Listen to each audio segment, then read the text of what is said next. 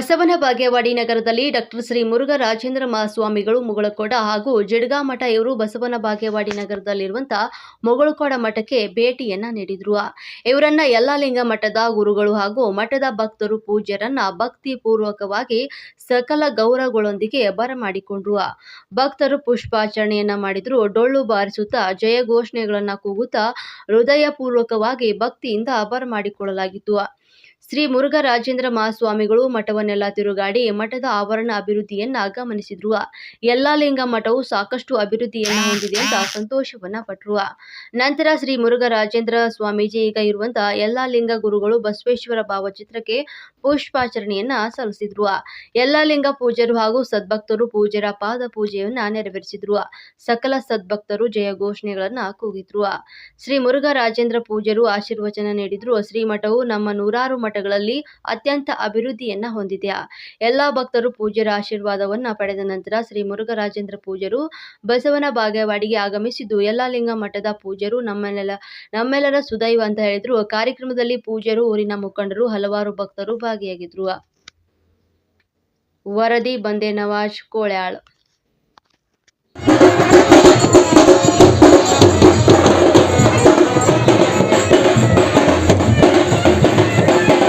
Sir ಸ್ವಲ್ಪ ಸರಿ sir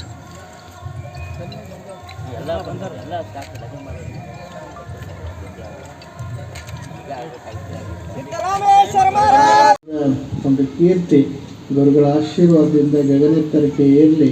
ಇಲ್ಲಿ ಸೇರಿರುವಂಥ ಎಲ್ಲ ಭಕ್ತರ ಭಕ್ತಿ, ಶ್ರದ್ಧೆ, ಅಭಿಮಾನ ಈ ಮಠದ ಮೇಲೆ ಸದಾಕಾಲ ಇರಲಿ.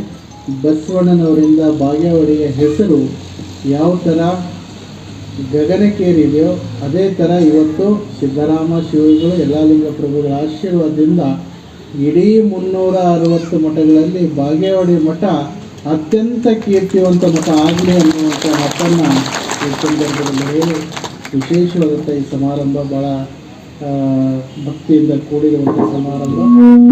ನಿಮ್ಮೆಲ್ಲರಿಗೂ ಶ್ರಾವಣ ಮಾಸ ಅದು ಭಾಳ ವಿಶೇಷವಾದಂಥ ಶ್ರಾವಣ ಮಾಸ ಅಂದರೆ ನಾವೆಲ್ಲರೂ ಅತ್ಯಂತ ಭಕ್ತಿ ಶ್ರದ್ಧೆಯಿಂದ ಆಚರಣೆಯನ್ನು ಮಾಡುವಂಥದ್ದು.